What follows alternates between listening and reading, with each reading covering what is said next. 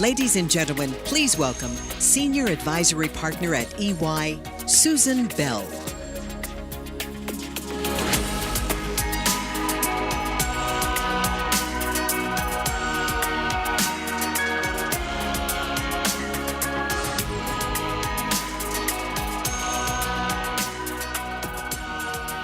Good morning. Good morning, everyone. How about a big thank you to our Dine Around host last night? Wasn't it wonderful? Fabulous, fabulous. Well, good morning again and welcome to our first session of the day, Blockchain Beyond Bitcoin. Do you remember what we were told back in 2009 or so when the cryptocurrency Bitcoin first appeared on the scene? They said, move over cash, credit, and debit cards. Your time is done. Well, here we are, almost 10 years later, and Bitcoin has not quite lived up to that hype.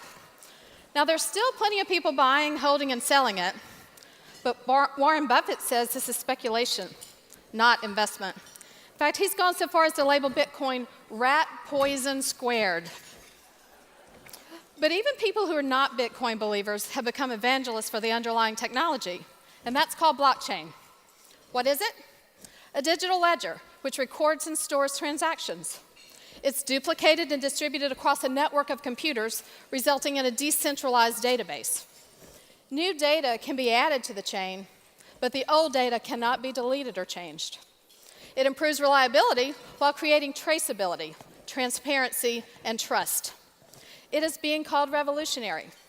Now, we asked you a few questions before this session began about blockchain. Let's look at what you told us. First, we asked, have you ever used blockchain technology? Yes or no? Wow, okay. So 10% of you have used blockchain. Raise your hand, 10%, all right. And 90% no, or at least don't know maybe because it may be there. Then we asked, if you've not used blockchain, why not? Are you not familiar with it? Are you worried about the volatility? Do you have security concerns, or is there something else? And the answers were, okay, more than half of us are not familiar, so that's part of what today is about. Some worry about volatility and security, and then there's a lot of other out there, so we'll want to hear more about that other later. Let's see, and then if you didn't categorize this as something that you knew about, or if you did know about it, do you feel like it's a threat or an opportunity? And the answer there, 82% of us feel that it's an opportunity. So, and indeed it is, we're seeing across the world and across sectors, blockchain's being used. It's being used in finance, in transportation, agriculture, healthcare, government, and more. And you'll hear some about that today. Why? Because it has the potential to decrease errors. As old CPA, I like that idea. Increase trust, and save money. The research firm Gartner estimates that global business benefits of blockchain technology will total $5 billion in 2018 and will quadruple to $21 billion by 2021. So we're going to talk about the potential today and maybe some possible pitfalls, and that's about blockchain with a huge or large panel of distinguished guests. But before I introduce our special guest this morning, we have a message from a Miamian, someone you'll recognize, I think, most of us, and a leader in the music industry who's exploring the opportunities of blockchain technology. Let's watch this brief video. It's that little Chico Pitbull, Mr. 305, better said Mr. Worldwide, also Armando Cristian Perez. And I want to say, for one, it's an honor and a blessing to be a part of the International Women's Forum 2018 World Leadership Conference. Yes, I had to work on that a couple of times before I got it right. With that said, is this. Me being somebody that was raised by a single mother, a woman made me a man, and anybody ask me, I can tell you that a woman is the most powerful thing in the world. So again, thank you guys so much. I'm reporting live from Los Angeles, which we're about to perform at the Latin AMAs with Ludacris and Prince Royce. But to take the time and just speak about things such as blockchain, because blockchain to me equals freedom. And freedom is what we all fight for. Freedom is what all our families look to either get us to the United States of America for. And that's what I think I think that's what being a human being embodies. That's what you fight for, the simple right to be free. So with that said, to all the powerful women in the room tonight, I want to say thank you so much. And once again, salud. It is an amazing honor, a pleasure, and thank you once again. But more than anything, to be able to enjoy and find ways to create solutions for those that are coming up, either in the music business, movie business, any business, to create their freedom and be able to enjoy the fruits of their labor the way that they should. So once again, thank you guys. Good night. Besito a todas las mujeres poderosas, lindas y sofisticadas allá afuera esta noche. Muchas gracias por todo. That means thank you very much. Dale. And there you have Pitbull. I cannot translate. Would you like to translate? Okay. Okay. It's also a little sexist. Uh-oh. But he said, kisses to all of the powerful women. I think you have some lipstick on your cheek too, Teresa, so that's perfect. So kisses to the women, but think of that, Pitbull, music icon here, born in Miami, working with blockchain and equating it to freedom. So you'll hear more today about some of the capabilities and possibilities of blockchain. In the music industry, you can imagine the royalties and the song licensing infrastructure, and that may be an area where he is going with that. So great to hear from Pitbull. And now I'd like to turn to our panel this morning. Our first guest is the CEO of Triangularity. Prior to Triangularity, she had a 25-year career with the United Nations, Virginia Cram-Martos. Virginia?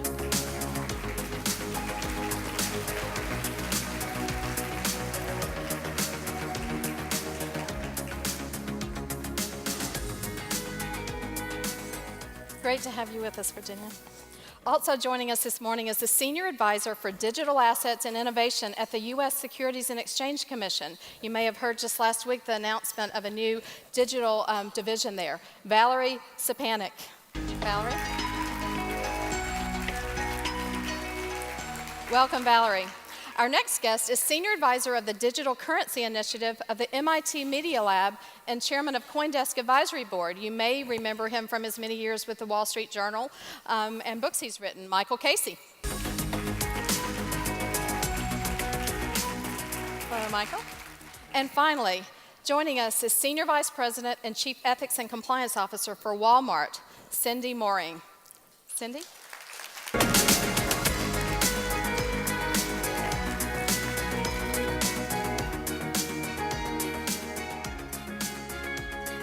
Welcome, welcome. It is great to have such an impressive group with us today to break down a complex topic. So if you don't mind, we've got limited time and 4 great panelists, so we'll jump right in. I'd like to start with you, Valerie. Could you give us a little more detailed explanation of exactly what blockchain is and maybe make the distinction between blockchain and Bitcoin? Sure, I'm happy to do that. If we could all imagine for a moment that the panelists up here each have a pocket full of quarters, and each of you at your seats have a copy of an Excel spreadsheet. And that spreadsheet is keeping track of the quarters in our pockets. If I want to transfer one of my quarters to Michael, I would send a message to you and say, hey, I'd like to transfer a quarter to Michael. Each of you would check your spreadsheets to make sure that A, I had the quarter to begin with, and I hadn't spent it before, and that I could send it to Michael. So when a consensus or a majority of you kind of agreed that that was okay, all of you in the room could agree to change each copy of your spreadsheet to reflect that my quarter is now in Michael's pocket. So if you were to replace our quarters now with digital assets that have no physical presence, and if you were to replace your spreadsheets with computers in a computer program, you would essentially be nodes in a network that keeps track of transactions. And that's essentially what a blockchain is. So while the internet was a way of keeping track of the transfer of information, blockchain is a way to keep track of the transfer of assets. That's essentially in a nutshell what blockchain is. Great, perfect. Thanks, Valerie. Michael, the subtitle of your book is The Blockchain and the Future of Everything. Why do you see blockchain as so transformative? Well, it's interesting because you started out talking about describing it as a digital ledger, right? And actually, my very first job was as an accountant. And so when I hear the word ledger, I think, could there be nothing, it's kind of fundamentally boring, right? Blockchain in the morning doesn't sound like the most exciting thing to be dealing with. But the reality is ledgers, the way that the record-keeping function is absolutely fundamental to society, right? So if we go back to the beginnings of civilization, it's actually no coincidence that the first appearance of writing coincides with the first ledgers. The very first writing was on ledgers. Because we need ledgers to be able to keep track of our value exchanges. And without those tracks, we can't then build on the future. We can't enter into future exchanges if we don't know what the score is, essentially, right? So this is the way we've always worked, but why this is transformative is because we've always done that through centralized institutions. There's been a centralized ledger keeper that has played this fundamental role throughout civilization, and we've had to trust that record keeper. And there's a cost of trust. When you trust somebody that is essentially looking after these things, you have to incur a cost as you do so. So there's this way now, essentially, to defer those costs to the system for everybody. So we're now taking this centralized system, making it decentralized. And the reduction of the cost of trust in so many different industries, in so many different areas in which we have record keeping as a function is really quite profound. So I think that's the way that I would frame it. It makes sense, and as a CPA, again, I agree, it can be a little boring, so this technology is making it much more exciting out there. Cindy, Walmart is already using blockchain. In fact, it was written about in the New York Times. Some of you may have read about that. Can you give us a practical example of how you're using blockchain today? Sure. So at Walmart, obviously, we sell a lot of food. And I think an easy way for everyone to understand blockchain is even if you're not going to interact with it in your personal or professional lives, we're all consumers and we all purchase food.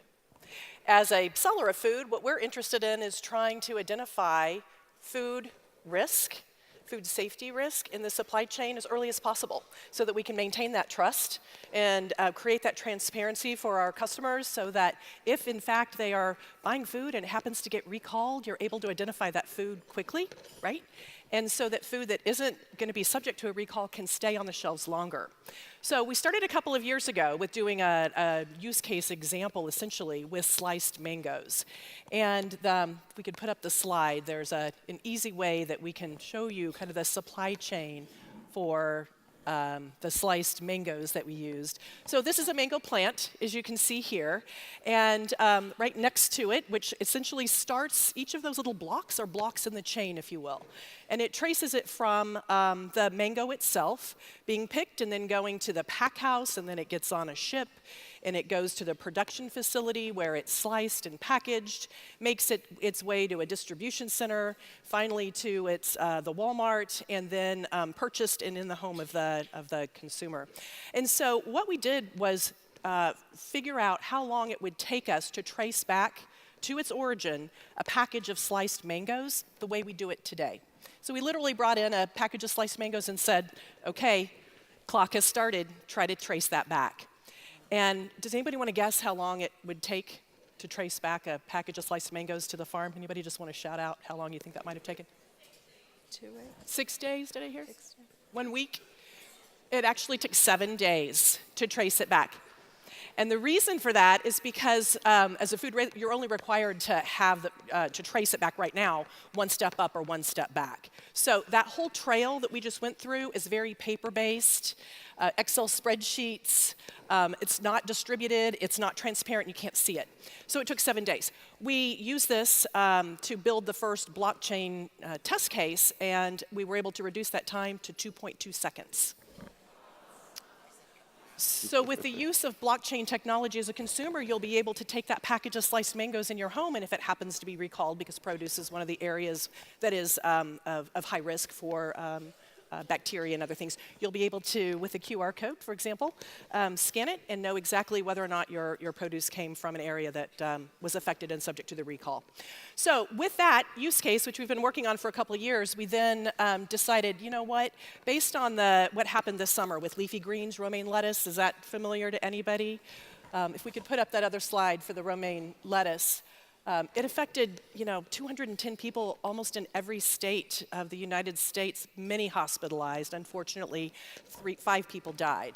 And so after doing the test case, we decided that we were going to start with the first large-scale use of blockchain with our leafy green suppliers. So a year from now, we will have on the blockchain over 100 farmers who are supplying the leafy greens to over 40 suppliers of the leafy green products to Walmart and Sam's Club on the blockchain. So you'll be able to trace that back and know. I mean, the problem with this last summer is the issue was in Yuma, Arizona, but your package of lettuce doesn't say grown in Yuma, Arizona. So knowing whether or not you had an affected product was impossible to kind of figure out.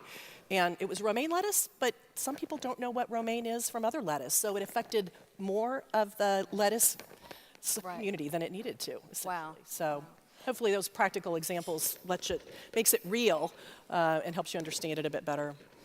Absolutely. And so that survey earlier about have you used blockchain, 1 year from now, if you buy something from Walmart, from the Leafy produce, greens, yes. so leafy greens from Walmart, you will be able to say you're using the blockchain. So that's excellent. That's excellent. Okay, we can drop the slides now. Thank you. So turning to Virginia, you see blockchain as having the potential to improve developing companies and lives around the world. Can you tell us an example of what that might be and how that's helping people? Well, I can give you multiple examples of how blockchain can be used to improve lives in the developing world. The most well-known example is the implementation by the World Food Program of blockchain to establish identities for refugees. Because with a blockchain, you can have an original electronic document that you can verify that it has not been changed.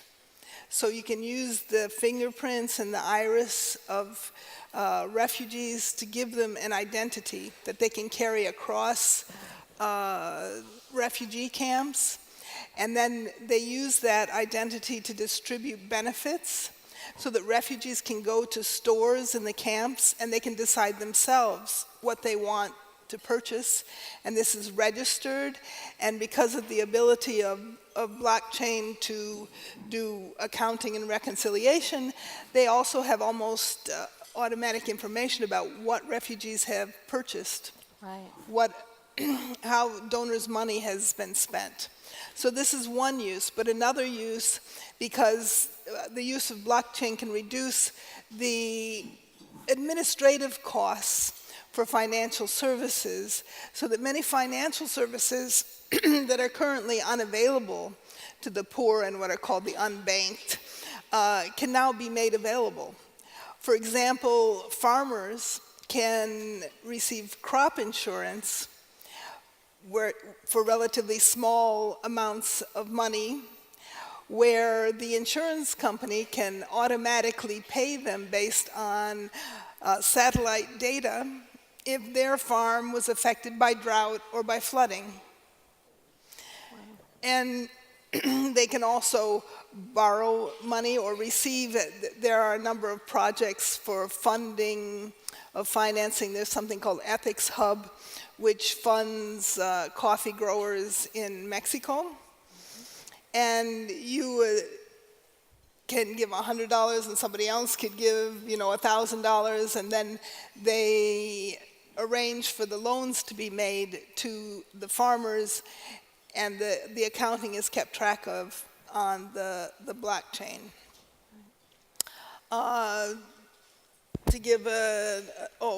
In Kenya, they have developed a financial product where government bonds can be sold to the general population, and you can buy $30 worth of a government bond or $140 worth of a government bond as an individual and receive interest payments. And this is a way for poorer people to save for the education of their children. It's a relatively safe investment. It pays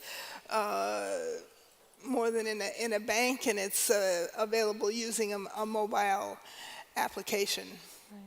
It can also be used for a wide range of other applications, and I think I've run out of time, so I'll stop there. That's great. Well, Virginia, that's great because you're showing us what the broad possibilities are for blockchain and how between what Cindy described, helping here with food sources and your global network, and now just developing countries around the world, what again, the vast opportunities are with blockchain.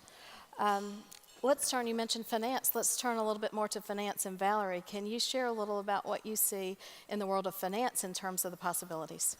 Sure, and when I talk about my work at the SEC, I have to say that I speak, these views are my own and not necessarily those of others at the SEC or the Commission. I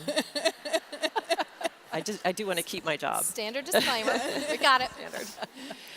So at the SEC, we're technology agnostic. We like to encourage innovations in the financial industry that would help investors and help the markets while keeping our eye out on things for around investor protection concerns. What I'm seeing through the FinHub is we're seeing a lot of folks coming in with ideas, talking through those ideas with us, and I've seen some exciting applications, potential applications of blockchain in the areas of trade reporting, clearance and settlement, getting down settlement times, using the blockchain, implementing it into systems that keep track in complex financial instruments, for example, of contingencies that have to happen that would trigger other events. So blockchain isn't just, it hasn't just been used to transfer things like Bitcoin, it's also been used in other networks to create essentially distributed computing facilities so that things called smart contracts, which are essentially code, can run in a distributed way on a blockchain. And these types of applications hold, I think, a lot of promise in the financial industry. We want to see those things implemented in such a way that takes into consideration the existing rules and regulations that we have and investor protection concerns and market integrity concerns. So we're working closely with folks as they take us through their ideas and their applications so that we can make sure that these things are implemented in a way that takes these things into consideration. Right. So where do you see the upsides and maybe some of the potential regulatory risk in terms of this? Sure. So in the area of initial coin offerings, I'm not sure if folks here are familiar with that term, but one application of the blockchain has been to use these smart contracts to issue and distribute digital tokens in exchange for some kind of currency, either fiat currency or another digital asset. And when folks are doing this, they're essentially using this device to raise money to build an enterprise. And if it's done in a way that where folks are pooling their money and they're expecting some kind of return based on efforts of others that are running that enterprise, that generally speaking is a securities offering. What we're seeing is a lot of folks using this initial coin offering to raise money, to raise money for enterprises, and they're taking advantage of all the things around a public offering, like immediate market liquidity, access to global base of investors, 24/7 trading, but they're not giving the full and fair disclosure that one would expect from a public offering. And so the SEC has concerns around the issuance of securities in this manner, making sure that folks are giving full and fair disclosure. If it is a security, following the registration provisions of the federal securities laws or operating pursuant to some valid exemption to those registration provisions. And we're concerned about folks getting into investments in this area that maybe not fully understanding what they're investing in. There's an awful lot of fraud that we're seeing in this area. Of course, when you have a new technology, there are bad actors who are going to take advantage of the hype and the excitement and the exuberance around a new technology. So we want to make sure that folks understand exactly what they're getting into and the risks around this. We have secondary trading markets that have popped up around ICOs, And those markets are holding themselves out in many cases to be exchanges, and that word takes on meaning for folks. They think they're getting certain market protections and certain rules around trading, which may not be implemented yet. We have a lot of folks in this area who are acting in a regulated area who are not properly registered or compliant yet. So the SEC has put out a number of warnings to investors and also market participants about our concerns in this area. We want to make sure we're there to educate the public and to educate participants in the market about the right way to do things. Right. Great points in managing risk. And you mentioned hype. Speaking of hype, is it all about hype in these applications, or is there more there? Because we've been hearing about opportunities, not necessarily, other than Cindy's great practical example about the real applications. Michael, would you take that one maybe? Sure, it's kind of funny because I actually make part of my living doing public speaking, and so for me, the hype is a real world application. I actually I get to make something real out of it. But to be seriously, there obviously is a lot, right? People and I might be guilty of this. I have a book called The Blockchain and the Future of Everything, which sounds just huge. The reality is, it is kind of both. There is hype there, as I said, because this is transformative. And so we're at this moment where people suddenly see the potential. And this happens throughout history. Every time there is a big transformative technology come along, we just throw out multiple ideas and everybody starts to get a bit hyperbolic about it. But as I said, it is hype. The hype is there because this is a big change in the way that we actually manage records. But we need a lot. There's a lot of work to be done. So, I mean, I think it was great to see everyone's sort of positive response to the Walmart example, because there you have it, a very real world example. But we don't want to go down too much of a rabbit hole here, but we see this as an opportunity for you guys to get some early introduction to this and dig deeper. There's this distinction between a private and a public blockchain. And you can think of it maybe as a comparison to the internet and intranet. And I'm not going to go into any more detail than that. But the real potential, as with the internet, is opening the whole thing out to everybody rather than having closed systems. And if we get to that broad internet base, there's a lot of work that needs to happen, particularly around the scaling of the technology underneath it. There also needs to be a regulatory framework, right? So I share Armando's view that in essence, this technology is about freedom, because what it does is it enables peer-to-peer exchange without having to depend upon an entity in the middle. But it doesn't, in my mind, there are lots of anarchists in this space who think differently from me, but they're not the majority, who think that this is all about getting away from government, and I don't think that's the case at all. What we do need, though, is an appropriate regulatory framework, and so people like Valerie, who are really constructive and proactive in trying to work us through that, that's a really important piece of how we're going to build the framework in which this maybe not reach the height, but certainly get a lot more real-world applications out into the field. Right. Great points. Speaking of real-world applications, back to Cindy. You've been working on this for a while now with more plans in the future. What are the lessons that you're learning? Is there anything you would be doing differently based on what you learned in terms of the rollout of blockchain? Sure. I think as we now get ready for the rollout of the leafy greens of the next year, that one of the learnings we've had is that in addition to working out the technology through the Mango example, we would have also worked on the self-governance model at the same time, and this would be an intranet example as opposed to an internet example, meaning that each of those blocks in the supply chain for the Mango that I showed you is able, in this distributed blockchain model, they're able to input their own information, right? And then they permission whoever else it is that they want to see that information, and so their block of information then pings other computers and it goes to the next folks in the supply chain or whoever else they give that permission to. Their information can't be changed. And of course, you have to decide who is permissioned within that company to put in the information.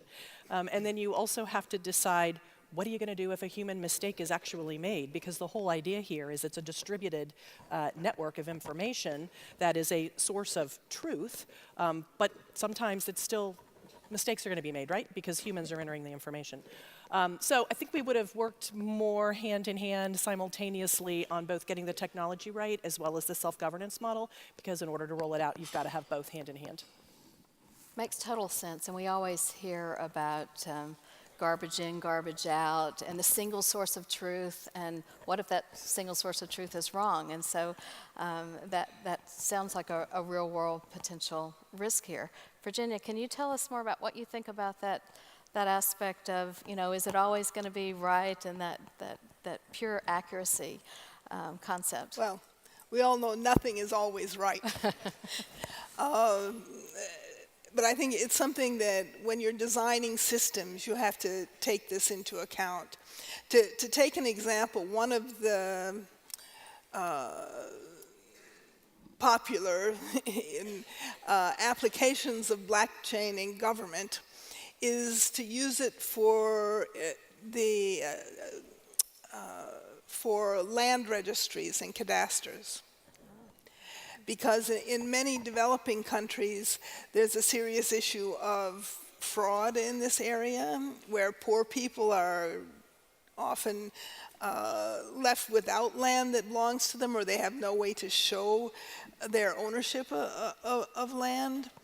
And it's also being implemented in developed countries, for example, in Sweden, and I know in Estonia, and it's being looked at in some other countries like the UK seriously, being studied.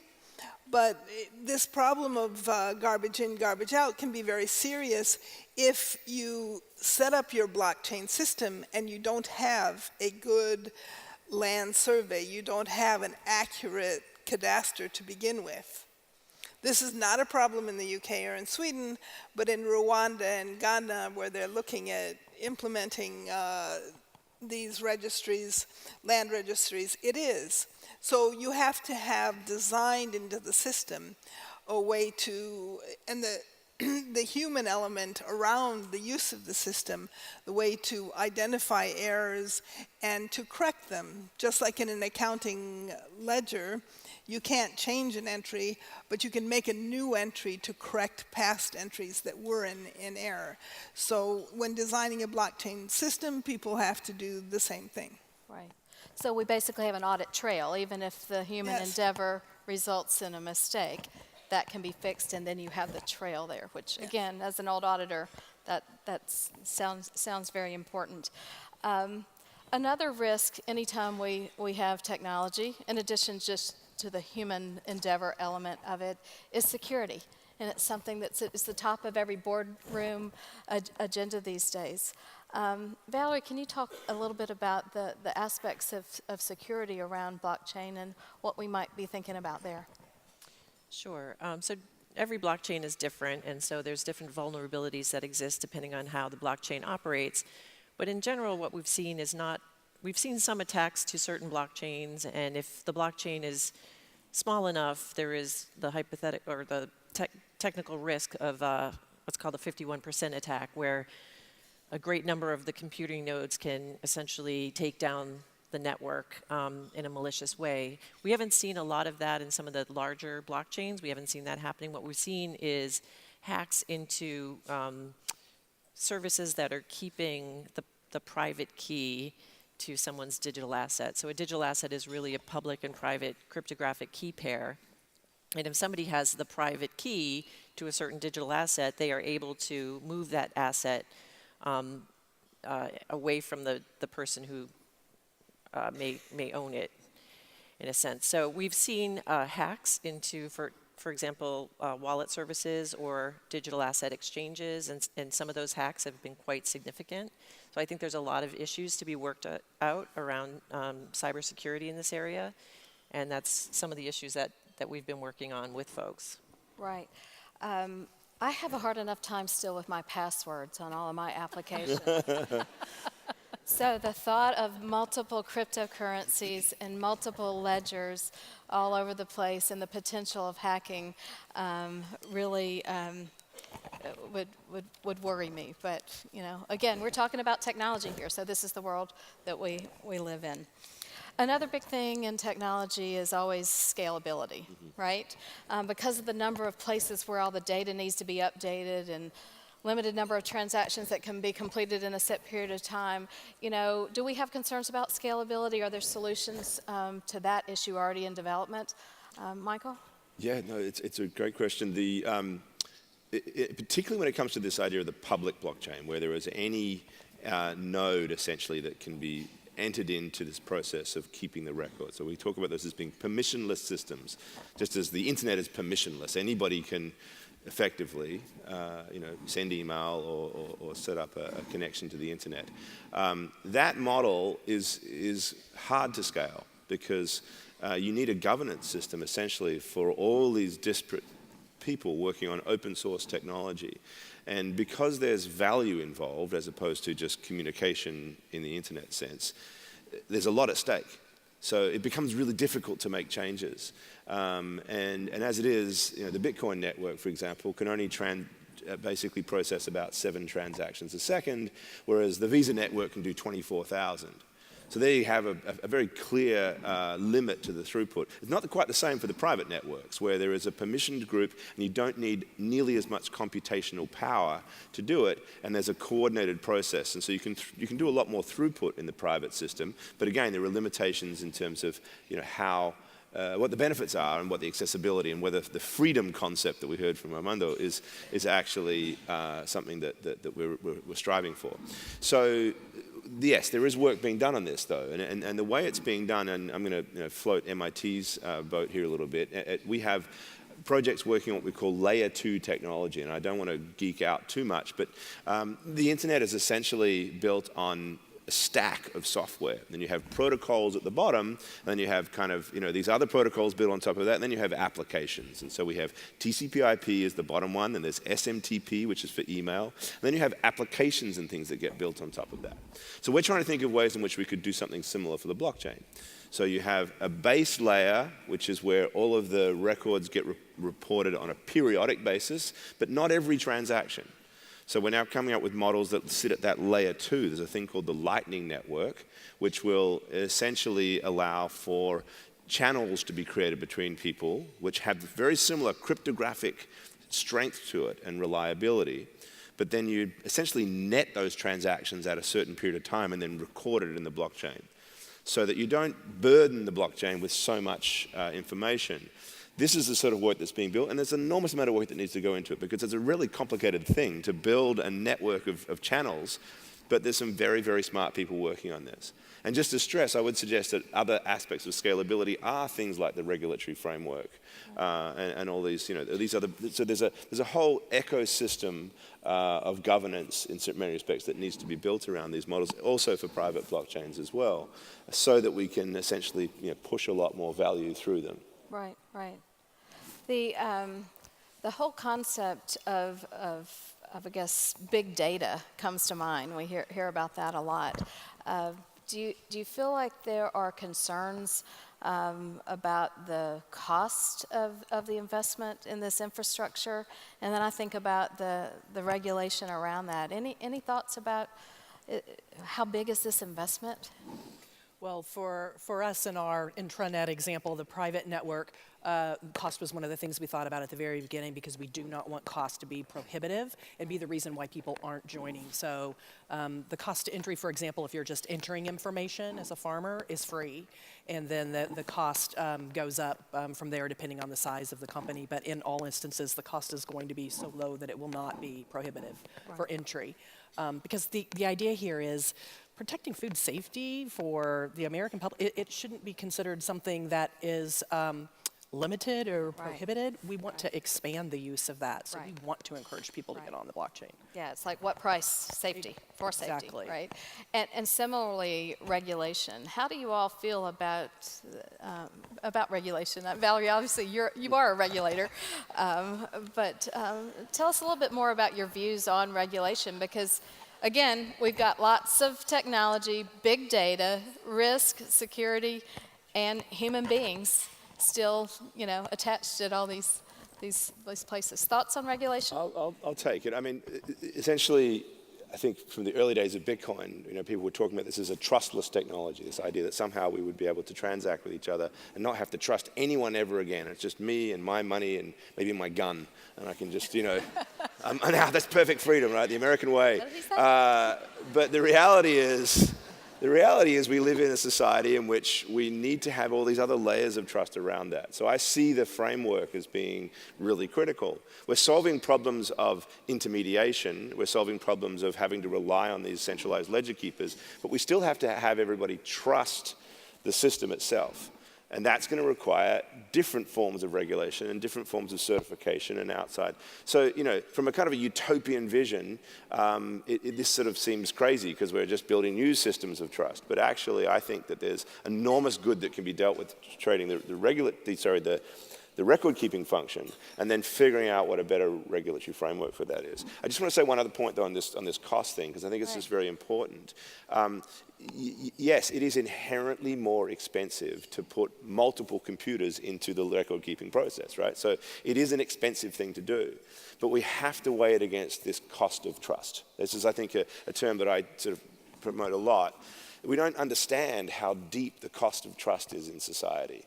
Every single accountant around the world is essentially, reconciling one company's records against another company's records over and over and over again. That reconciliation cost is a massive, massive burden on what we do. So figuring out where that cost of trust is and then weighing that against the cost of implementing a blockchain, that process is going to be very, very important as we move forward in trying to think about what the most real-world, the most applicable real-world applications are. Right. About 30 so years ago, my firm was working on real-time auditing using computer technology. It was for a bank in Belgium, and we literally said at the time it was bleeding edge, and we said then that our jobs would be gone, in not too long. Well, we're hearing that again. The reality is, this may just save us a lot of time working on the detail, ticking and tying and dotting I's and crossing T's, and enabling people to spend more time on the deep analytics and really understanding transactions rather than auditing transactions. So I have some hope that there is job security if there are any other accounting types in the room. Speaking a little bit more about regulation, Virginia, as the technology becomes more prevalent across the globe, is enough being done to harmonize the standards of the regulations and the norms in this space? Well, there are actually a lot of organizations working on standards. Okay. But I have my doubts about that resulting in one standard. Oh. We've seen that with accounting standards too. Yeah. We try, but okay. And for me, this is it's a concern because I think one of the things that has supported the internet becoming really a global resource and allowing people in developing countries and developed countries and the student in the university and the fellow at home who likes to tinker on computers to participate and build what we call the resource we call the internet today. This is built on a set of open source standards developed by the Internet Engineering Task Force that are available to everyone, and they're used by everyone, and they're free of charge. Today I see a lot of competing standards organizations, some of whom charge for standards, some of whom have private standards that are just for their blockchain network. And I think this causes me concern about the final benefit to society.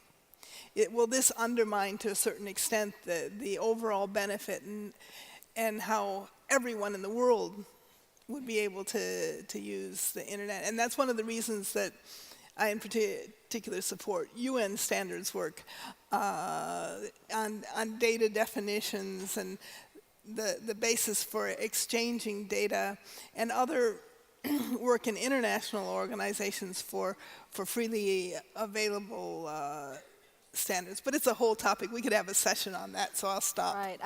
Things are running through my mind. Are they yours about all of your data out there in this distributed blockchain everywhere, and privacy in particular, and any views about impacts and the interplay with privacy laws with all this data now being dispersed? We'll just got 2 seconds to answer that question, right? I mean, we could just go. We could have a whole conference on that issue. True. I think it's a really challenging issue because Bitcoin is set up, for example, with pseudonymity. This is not an anonymous project, and that's actually a key point. So it's designed to allow people to actually, basically interact without giving up too much information about themselves. But you mentioned big data and analytics. Really it's not that hard, certainly on the Bitcoin network, to figure out who somebody is. And so ironically, this thing that people thought of as a privacy solution is in fact very, very public. So I think we do need to figure out ways, how through that, the power of AI and computing is so powerful that anything that is now in a public setting, we need to figure out ways in which there are protections there. And again, there's a lot of interesting work being done on things called zero-knowledge proofs, which is a really kind of nerdy area of cryptography to go into as well. But in that could essentially give us some ways to help this address this problem. But yeah, there's a lot of work that needs to go into privacy at this stage. Right. Thank you. I'd like to pause now and take some audience questions, if that's okay. I'm sure if you're like me, your minds have been turning about all the opportunities here with blockchain. We've got microphones in the aisles there, and as with other sessions, please make sure you have a question and not a full speech, because we've got a great panel with lots to share, and so we want to make sure we get some good questions to them. Where shall we start? To my right here. Good morning. My name is Brenda Pope. I'm the founding president of the Barbados Forum. One statement first, literally one sentence. Barbados, a year ago, the central bank issued one of the first digital currencies in the world tied to our fiat currency.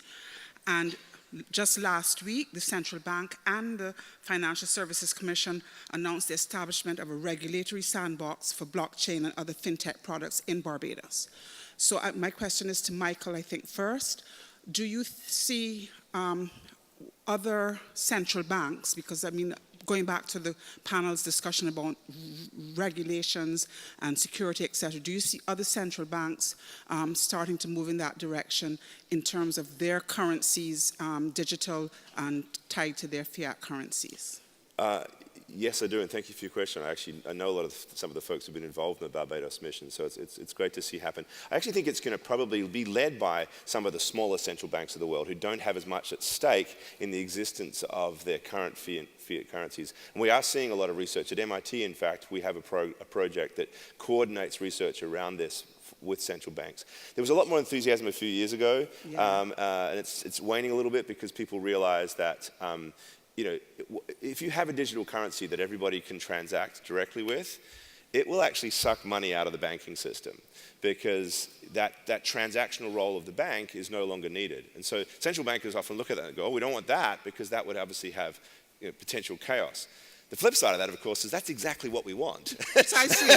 It's the banks that actually are the problem here because they are the intermediate. The challenge is how do we move on a more gradual basis? I think in the case of the Caribbean, it's just such a great opportunity because you've got this crazy situation across all of those islands that have their own currencies, and if you have to send money to each other, it's going to cost you 10% to send it to New York first and then back from one to the other. So smaller situations like that where the use case is clear, I think you will see central banks start to move forward on this. It's obviously quite different from Bitcoin. This is one that's issued. There's a central issuer behind it.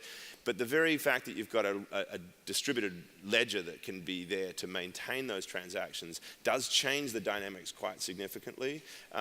There's definitely going to be more work on this. I really believe it. Thank you. Sure. I'm Joanne Stegren from the Chicago Forum, and I'm curious about the energy consumption and capacity for our systems to handle blockchain as it expands beyond its nascent stages.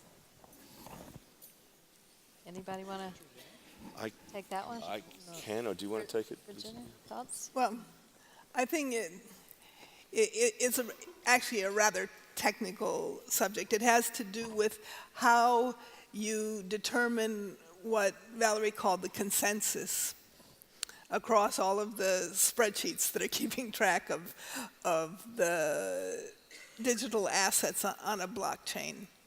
And the current most commonly used form of achieving consensus is called proof of work. And this requires a lot of computer power and a lot of computers using significant amounts of electricity. So it's not, per se, very environmentally friendly. But there is a lot of research going on alternative methods for arriving at consensus that require less energy. And we can't say, I think at the moment, there's something called proof of stake, and there are others. We can't say at the moment which one is the most effective and efficient, but I think it's fair to say that in the coming near-term future, we will see other alternatives for reaching consensus. I'll just add one quick point, and that is that I think as we have this discussion, I think it's a very, very important question, a very important problem. We need to be able to talk about the terms in which we're making these assessments, because there's a sort of apples to oranges problem. Yes, it is expensive to run this massive Bitcoin network, and it's very important that we pursue these alternative approaches. But there's a lot of cost in the existing financial system. Again, the cost of trust itself has a real energy cost to it. And so we need to think about that. The other thing I would say is that, well, first of all, private blockchains don't encounter quite the same concern because you don't have this massive computational problem. But in the sort of question of the public realm, we need to kind of recognize that even in a proof of work environment, where these computers are essentially competing with each other to get the Bitcoin or the Ether, as in the case of Ethereum or anything else, they're all seeking the cheapest source of energy they can because that's how they'll make money. So there's actually this kind of interesting incentive in the model to seek out energy efficiency, which ultimately, if we didn't have overly regulated and old, distorted energy models, would lead us straight towards renewable energy, right? So and the cheapest energy in the world now is a mix of solar and wind. I think in Mexico it's now down to 1.5 cents a kilowatt hour. So you're already seeing a lot of these Bitcoin miners move to where the renewable energy is. So that's one part of it. And then one would think that if it did expand to the point where it becomes so significant, that in itself would be an incentive for energy innovation to try to build it out. I'm not actually advocating that we should necessarily have a full proof of work model, but just that the context needs to be understood, right? Yes, there's a massive amount of energy being consumed, but at what cost, what benefit to everybody else, and what is actually all the sort of knock-on secondary effects that come from having a model like this? Great question and great points. We saw it with data centers and all. It's something that will evolve, and we'll see as all the applications fully develop. Next question. Yes, good morning. Thank you. I'm Pat Gordon-Pamplin from the Bermuda Forum. My question is in respect of regulation, because clearly good regulation must be predicated upon effective compliance. And my question is, what is the real possibility for job creation through the regulatory process? And is there a streamlining of jobs because the technology will effectively overtake human interventions? Valerie, you're our regulator. Sure. Do you want to start with that one? I think in this area, it's an exciting opportunity for folks who are multidisciplined. So we're going to need folks who understand the law, technology, cryptography, computer science, and I think it's a great opportunity, especially for young women, to get involved in a field that's multidisciplinary. I'm excited for potential of creation of regulatory nodes on a blockchain where we can have audit functions or supervisory functions happening through nodes on the blockchain, but as regulators, we're going to have to understand how to use those things. So I think there's a potential for job creation in that we have new aspects that we're going to have to understand and implement and resource around.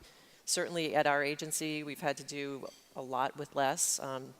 We're a pretty lean agency, but we've had to onboard expertise and technology. And so there's an opportunity there for folks who understand that stuff to come in, and we have to be different kinds of regulators. Thank you. Any others there? Okay, thank you. Great question. Question? Hello, my name is Yvette Tran. I'm an engineering manager at Texas Instruments. Is that better? Yes. I'm a little short. Hi, my name is Yvette Tran. I'm an engineering manager at Texas Instruments. So you guys talk a lot about standards and regulations, but what about a universal user interface? Who's working on it? You know, what are your thoughts on it? Is it possible? How do you prevent it from hindering the progress of the technology? Great question. I can Mike? weigh in if you want, because I tend to be in the world at MIT where people are looking at the whole UX. It's such a great question, because at the moment I think the technology is being driven, at least again in the sort of public Bitcoin, Ethereum world, by some very, very smart and very, very well-meaning, excellent people who are thinking hard about these really difficult math questions. They don't necessarily think about what it's like for the average person to interact with it. So I think that right now the UX, is terrible. Like it's really looks really confusing. This long string of letters and numbers, and that's a hash. And people, what's a hash, right? So I think there's a lot of work that needs to go into this. It will happen, but it's actually yet another reason why getting as broad a community of people involved. And so a lot of women who can get involved is actually really important, because to feeding that message through to the app designers who can now come in on top of that layer and start to make really sort of useful systems. Whether it's universal or not, I think there has to be a standard to make that work, and that's something that will happen at that underlying layer. But that itself needs to be designed with the end user in mind, and so there's an enormous amount of input that needs to come from society into this. Follow up? Mm-hmm. Virginia? Yes, I think that much of what blockchain is will be invisible to the user. Users aren't going to directly interface, for the most part, with blockchains. They will interface, they'll scan a QR code, which will go to an internet application, which will show them where their lettuce came from. Or they will register something, a transaction. They'll purchase insurance. Say another example that people use is flight insurance, where you subscribe to an insurance on the blockchain, and the blockchain checks the public records about flights that are late, and if you're on a late flight, you automatically get paid. But you will not see blockchain and say, oh, I'm interacting with the blockchain. You'll say, I'm interacting on the internet with my insurance company, and they're going to pay me without my having to do anything if my flight is late. So I think that it's more down at the layer, maybe in the internet context that Michael talked about, the TCP/IP, or one layer above that, and not so much at the user interface level that blockchain will be used. Great question. I think we only have time for one more question here, if you'll... No pressure. Hi, my name is Ana Muñoz. I'm from IWF in Spain, and my question is, we keep hearing that laundering money through cryptocurrencies is very easy, and can that be avoided at all in the future? Money laundering? Yes, I can take that. The thing about digital assets are you really have to look at each digital asset to see what it is and legally what it is. So a digital asset can be kind of like a currency, it can be a commodity, it can be a security. And so we certainly are looking at issues in the cryptocurrency world around AML and KYC, and that's a big international kind of debate that's going on, making sure that countries around the world have, at a baseline, implementing policies and policies around making sure that businesses in this area have AML, KYC compliant programs. So that that is something that folks around the world on the regulatory side and law enforcement side are studying closely. Right. Anti-money laundering, big deal for financial institutions, and now with distributed blockchain probably applicable to many more as these applications develop. I'd like to take it back to the panel here for one final question. It's a complex topic. We've had a short period of time. You can tell there's lots more to learn. So I'd like to ask each of our panelists, if we're looking to the future, and as blockchain becomes more embedded in our lives in these many ways that we've talked about today, what would each of you say is a call to action for this group, our audience here today? And Virginia, I'll start with you. Oh. Well, my call to action is, if you have a daughter, if you have a granddaughter, you tell them, study mathematics and specific, no. And specifically cryptography. Blockchain is an application of cryptography. The security of all the data and the systems that run our electricity, that run our world now, they depend upon cryptography to keep them safe. Have your children study computer science, systems design, and tell your girls that if they do this, they can change the world. They won't become, geeks who solve problems in order to solve problems, in order to, win the game. They will make a change in the world. They will be able to have impact in the world. And I think that's what girls care about. So tell them that.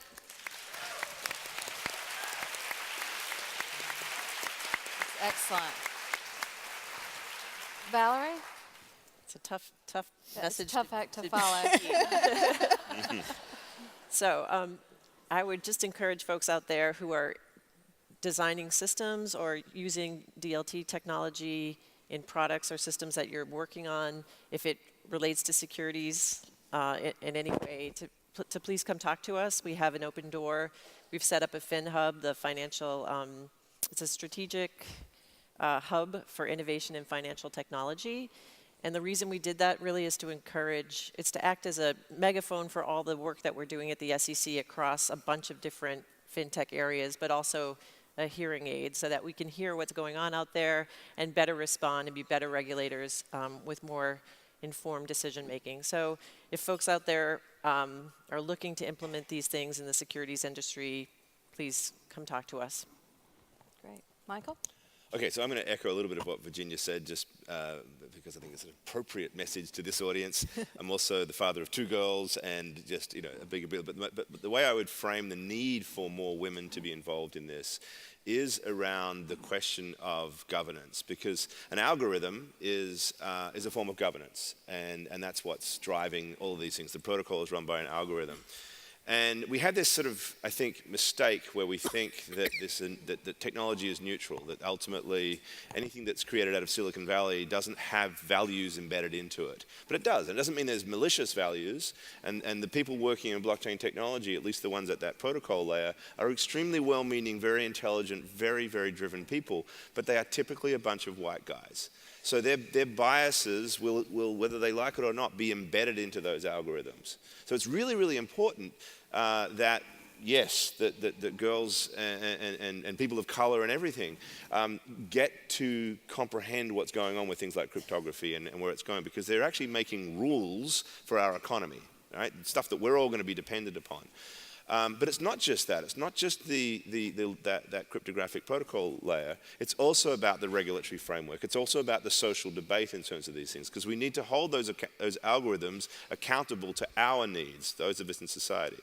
So having everybody involved in not just the build-out, but also the regulatory construct, right? I think there's market structure questions that need to be asked about, should private blockchains be regulated so that there isn't the potential for collusion amongst these groups to run those things, right? So lots of really, really important questions need to be asked. So yeah, educate yourselves, learn up, get involved. There's an enormous amount of value that can come from having everybody involved in this process.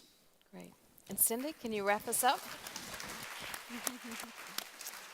So my message too would just be get involved. As a consumer, be curious, learn, and use your voice to influence others who are going to have the ability to truly get involved, not just from the technology end of it, because it isn't just a new technology, it's going to be a whole new way of working. So from the regulatory aspect, the compliance aspect, whatever it is, this is an opportunity with a nascent technology for women to have a voice, and we need to own the moment. Yes. So, you've heard it from this great panel. Get involved. Get to know blockchain. It's the way of the future. Let's give a warm round of applause to our fantastic panelists. Virginia, Valerie, Michael, Cindy, thank you so much to this great panelist. Thank you for being an engaged audience and for all you do. Enjoy a quick break here, and then join us back here for the next session, which is the new political warfare. Thanks, everyone. Thank you.